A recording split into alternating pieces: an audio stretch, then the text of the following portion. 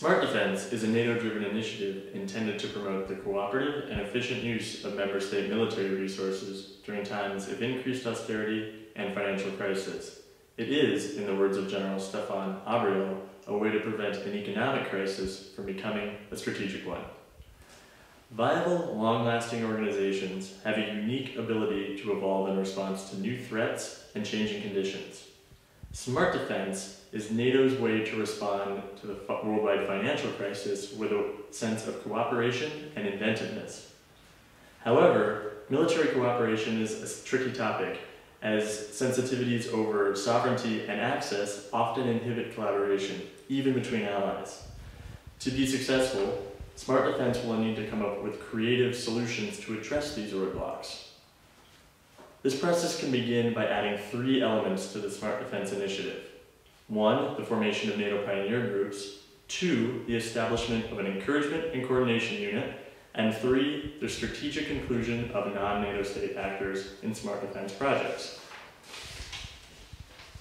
NATO pioneer groups, known as MPGs, are efficient, project-specific working groups that strategically address the development and procurement of a particular asset.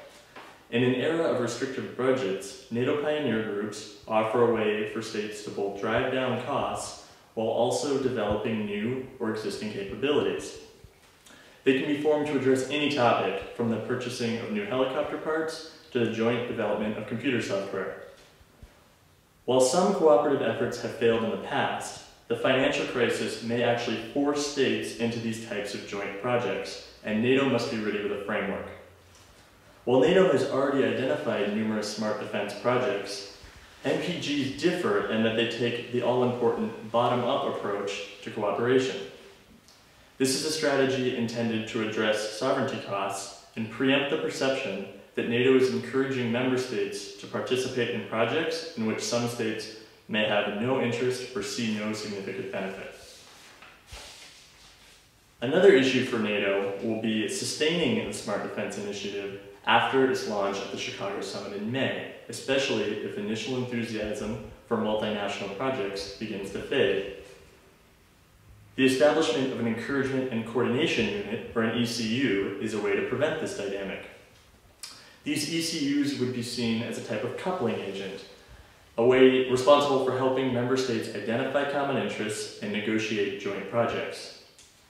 By having a dedicated engagement unit, NATO will be able to constantly and consistently present member states with possible projects and partnerships, while also keeping the Smart Defense initiative on the forefront of member state agendas. These Encouragement and Cooperation units should be joined by the annual Smart Defense efficiency meetings, a forum dedicated to the sharing of best practices in the fields of military logistics, supply chain management, and resource efficiency. These forums would also serve as an additional annual reminder to member states of the benefits to be had from cooperative behavior. Finally, Smart Defense should not be limited to only NATO member states.